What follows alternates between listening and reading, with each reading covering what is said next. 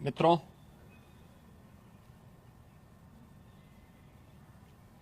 दुनिया का सबसे बड़ा लोकतंत्र भारत ने आज नए भारत का, विकसित भारत की संकल्पना के रोड मैप को लेकर के अपना नया बजट देशवासियों के सामने प्रस्तुत किया है। मैं सबसे पहले देश के यशस्वी प्रधानमंत्री आदरणीय श्री नरेंद्र मोदी जी के प्रति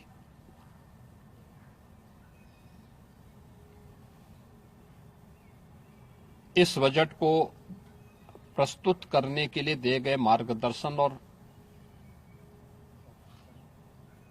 उनके निर्णायक नेतृत्व के लिए हृदय से आभार व्यक्त करता हूं। मैं इस बजट को प्रस्तुत करने के लिए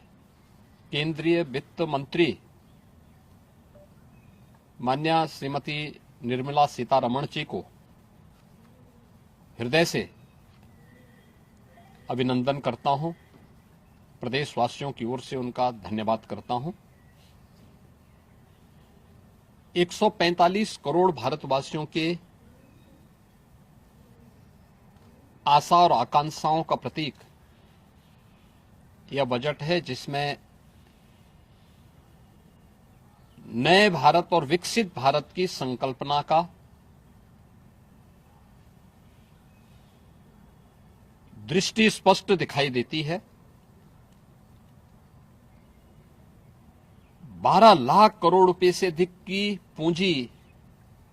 कैपिटल एक्सपेंडिचर के लिए, एक सुदृढ़ इंफ्रास्ट्रक्चर के लिए बजट में प्रावधान करना,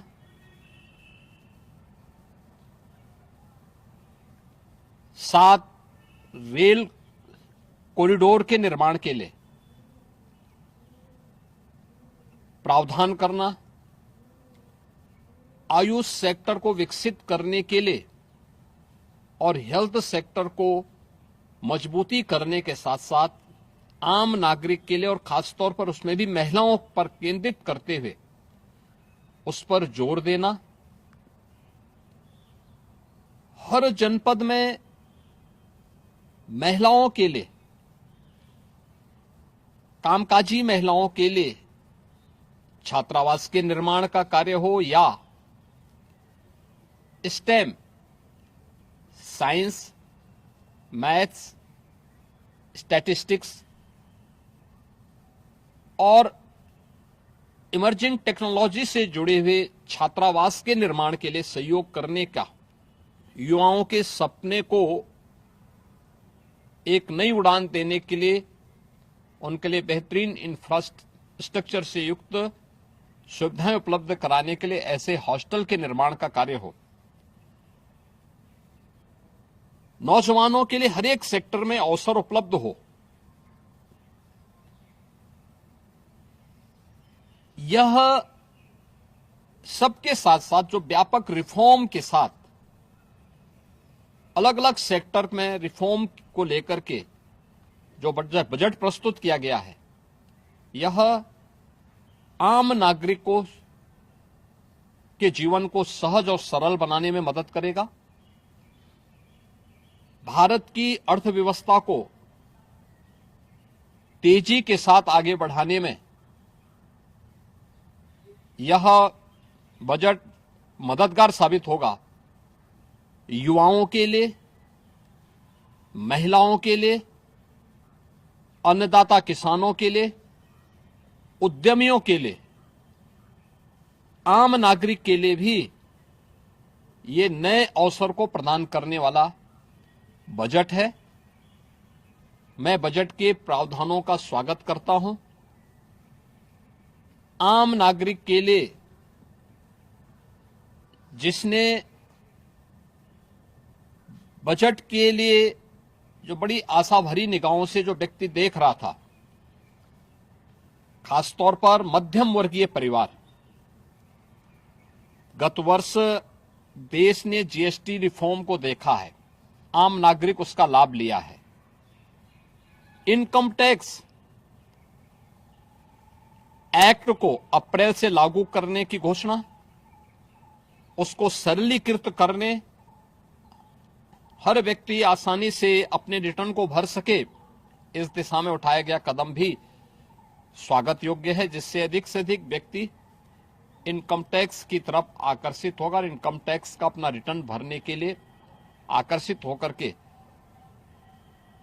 प्रवर्तमान नेशनल बिल्डिंग के कार्यक्रम में वह भी अपना योगदान दे सके। इस दृष्टि से यह अत्यंत महत्वपूर्ण कदम है। मैं कह सकता हूं कि यह बजट समाज के प्रत्येक तबके को, युवा हो, महिलाएं हो, अन्नदाता किसान हो, उद्यमी हो, इन सब को ध्यान में रख करके बनाया गया नए भारत का, विकसित भारत की तरफ अग्रसर हो रहे भारत का एक स्थिर लेकिन तेज गति से बढ़ने वाली अर्थव्यवस्था के रूप में प्रस्तुत करने वाला एक बजट है। मैं इस बजट के सभी प्रावधानों का